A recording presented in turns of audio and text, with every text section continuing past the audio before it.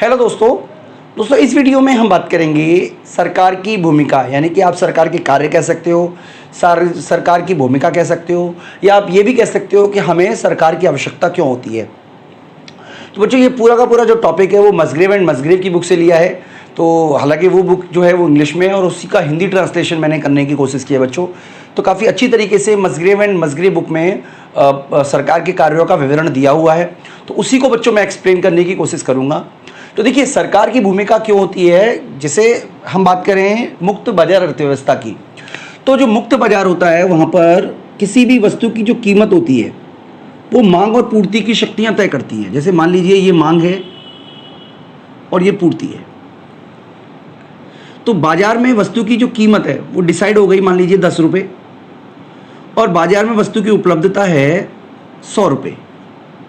तो क्वेश्चन ये है कि जिस सिस्टम को बाजार जो है वो सफिशिएंटली प्राइस और क्वांटिटी डिटरमाइन कर पा रहा है, और जहां पर उपभोक्ता की जो बचत है और उत्पादक की जो बचत है वो अधिकतम है, तो क्या सरकार की हमें आवश्यकता है? तो बच्चों सरकार की आवश्यकता होती है और हर एरिया में होती है, हर जगह होती है। उसके बारे में हम बच्चों इस पूरी की पूरी वीडियो में डिस्कस करेंगे। तो बच्चों आप हमारी ऐप जरूर डाउनलोड कर लीजिएगा, विष्णु इकोनॉमिक्स स्कूल। वहाँ पर आपको काफ़ी सारे कोर्सेज मिल जाएंगे जो यूजीसी नेट से रिलेटेड है, पीजीटी इकोनॉमिक्स से रिलेटेड है, इसके अलावा यूपीएससी के रिलेटेड है। तो काफ़ी सारे कोर्सेज हैं, अवेलेबल हैं। आप जरूर ऐप हमारी डाउनलोड कर लीजिएगा, क्योंकि इससे पहले की जो वीडियोज़ हैं वो हमारी ऐप में ही आपको मिलेंगी, और इसके बाद भी हम जो वीडियो बनाएंगे वो भी हमारी ऐप में ही आपको अवेलेबल हो पाएंगी। तो क्यों सरकार की आवश्यकता होती है? सबसे पहला, बाजार संयंत्र को सही तरीके से चलाने के लिए सरकार के रेगुलेशन की, नियंत्रण की आवश्यकता होती है। देखिए अगर मान लीजिए सरकार जो है वो इस मुक्त बाजार को रेगुलेट ना करे तो एकाधिकार क्रिएट हो जाएगा। अगर मान लीजिए अमेज़न जो है वो फ्लिपकार्ट को भी खरीद ले तो ऑनलाइन मार्केट पर पूरी तरीके से एकाधिकार स्थापित हो जाएगा। तो भारत में एकाधिकार को रोकने के लिए ऑलरेडी कानून बना हुआ है, जिसको हम MRPT एक्ट बोलते हैं, यानी कि एकाधिकार को नियंत्रित करने के लिए कानून है। इसके अलावा हमारे देश में कंपटीशन एक्ट भी है। तो बच्चों इसका मतलब ये हुआ कि सरकार जो है वो एक रेगुलेटर लाती है, मार्केट में ऐसे नियम बनाती है, कानून बनाती है, जिससे कि मार्केट सिस्टम फ्रीली काम कर सके। ऐसा ना हो कि कोई एक इंडिविजुअल विक्रेता ही पूरे के पूरे बाजार को हिस्सा कब्जाने की कोशिश करे, क्योंकि भारत ही नहीं, लगभग जैसे हम अमेरिका की बात करें वहाँ पे भी इसी तरीके का है कि कोई भी मोनोपोली नहीं बना सकता है, क्योंकि अगर मोनोपोली बना लेता है तो ये माना जाता है कि उपभोक्ता को नुकसान हो रहा है और उत्पादक को इसका बहुत ज़बरदस्त फायदा होगा। तो इससे बचने के लिए बच्चों बाजार सिस्टम सही तरीके से काम कर सके, फ्रीली काम कर सके, उपभोक्ता को भी फायदा हो, नए नए लोग मार्केट में घुसे, कंपटीशन हो, ठीक है, कोई भी एक ऐसा व्यक्ति ना हो जो पूरा का पूरा कच्चे माल पर कब्जा करके बैठ जाए जिससे कोई और आ ही ना सके। तो इस सभी स्थितियों को बाजार ताकि सुचारू रूप से काम कर सके उसके लिए रेगुलेशन की आवश्यकता होती है, कंट्रोलिंग की आवश्यकता होती है, जो कि सरकार उपलब्ध कराती है। तो पहला सरकार का काम है बाजार संयंत्र को सही तरीके से काम चलाने के, यानी कि मार्केट मैकेनिज्म सही तरीके से काम कर सके, बाजार संयंत्र सही तरीके से काम कर सके, इसके लिए सरकार जो है वो नियमन और नियंत्रण की आवश्यकता होती है। मैं उम्मीद करता हूं कि आपको पहला पॉइंट समझ में आ गया होगा। दूसरा बच्चों, हमारे कॉन्ट्रेक्चुअल एग्रीमेंट्स होते हैं और विनिमय के लिए भी कानूनी ढांचा तैयार करना ही सरकार का काम है। देखिए मैं आप बात समझिएगा, मान लीजिए मैंने किसी से मकान खरीदा, ठीक है, यानी कि मैंने क्या किया, मकान खरीदा। तो मकान खरीदने के साथ साथ हमारे बीच में कॉन्ट्रेक्चुअल एग्रीमेंट होता है, जिसमें मकान बेचने वाला मकान देने की शर्तें लिखता है और मुझे वो मकान दे देता है। हो सकता है वो मकान कुछ समय के लिए हो सकता है कि वो जीवन भर के लिए हो, वो तो डिपेंड करता है खरीदने और बेचने वाले के बीच में क्या कॉन्ट्रैक्ट हुआ है। तो एक बार अगर मान लीजिए किसी ने मुझे मकान बेच दिया, तो इसका मतलब कानून द्वारा मुझे इस बात के लिए प्रोटेक्शन भी चाहिए कि उस संपत्ति पर मेरा ही अधिकार होगा। मान लीजिए अगर कोई किसी की संपत्ति कोई भी छीन सकता है, ठीक है, जैसे नोट पे तो ये लिखा होता है कि मैं धारक को 100 रुपये अच्छा करने का वचन देता हूं, यानी कि 100 रुपये का नोट उसका माना जाएगा जिसका नोट है। क्या ये वही मोबाइल पे लागू होता है? अगर मान लीजिए मैं रास्ते पे जा रहा हूं और मेरा मोबाइल कोई छीन ले तो क्या वो उसका मोबाइल हो जाएगा? लीगल फ्रेमवर्क चाहिए, मतलब मुझे एक ऐसा कानूनी ढांचा चाहिए जिसके द्वारा मेरी जो संपत्ति है उसको प्रोटेक्शन मिल सके। यानी कि सरकार जो है वो ऐसे समझौते, जो कॉन्ट्रेक्चुअल समझौते हुए हैं, जो दो लोगों के बीच समझौते हुए हैं, उनके लिए भी और साथ ही साथ जो एक्सचेंज हो रहा है, जो विनिमय हो रहा है, आप मान लीजिए भारत की बात करें तो उपभोक्ता के संरक्षण के लिए कई सारे कानून बने हुए हैं। तो ये सब जरूरी है बच्चों, क्योंकि अगर मान लीजिए विनिमय में और एग्रीमेंट में सरकार का नियंत्रण नहीं होगा तो बाजार सिस्टम पूरी तरीके से बिखर जाएगा, कोई भी एक्सचेंज नहीं करेगा। जब मुझे लगता है कि मेरे द्वारा खरीदा गया मोबाइल कभी भी मोबाइल विक्रेता मुझसे वापस छीन सकता है तो मैं उस मोबाइल को क्यों खरीदूंगा। इसका मतलब ये हुआ कि तभी ये एग्रीमेंट हो पा रहा है, तभी एक्सचेंज हो पा रहा है जब कानून द्वारा इसे सुरक्षित किया गया है। जब आप मार्केट में सब्जी लेने जाते हैं, सब्जी का पेमेंट करने के बाद सब्जी आपकी हो गई, उसके बाद सब्जी विक्रेता का उस सब्जी पर कोई अधिकार नहीं है, चाहे आपने उसके लिए कोई रिटर्न एग्रीमेंट साइन किया हो या ना किया हो। यानी कि ये कानून द्वारा हमें प्रोटेक्टेड किया गया है बच्चों, ठीक है। तो इसके लिए भी सरकार की आवश्यकता होती है। इसके अलावा बच्चों कई ऐसी वस्तु होती है जिनको बाजार उपलब्ध नहीं करा पाता, जिनको सार्वजनिक वस्तु और मैरिड वस्तु की में आती है ये।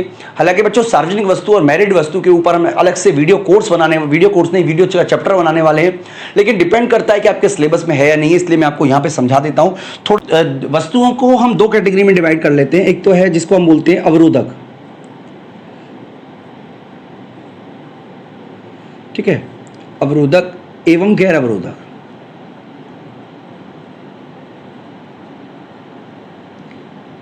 एक्सक्लूडेबल है, नॉन एक्सक्लूडेबल, ठीक है। इसके अलावा इसको बोलते हैं बच्चों प्रतिद्वंदी एवं गैर प्रतिद्वंदी, राइवल और नॉन राइवल। तो बच्चों अवरोधक वस्तुएं वो होती हैं जिनको पेमेंट करने के बाद ही आप उस वस्तु को खरीद सकते हो। अगर आपने पेमेंट नहीं किया तो उससे आपकी वस्तु को उपभोग करने से रोक दिया जाएगा।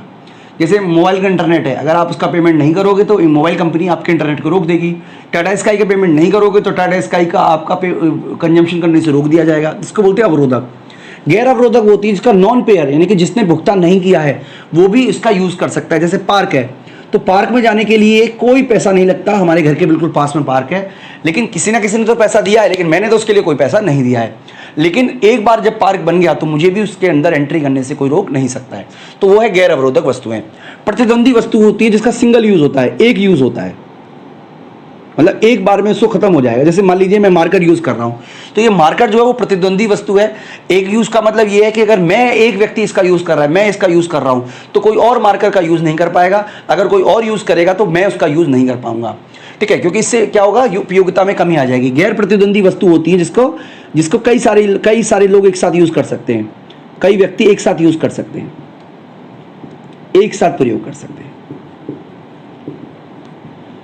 ठीक है बच्चों।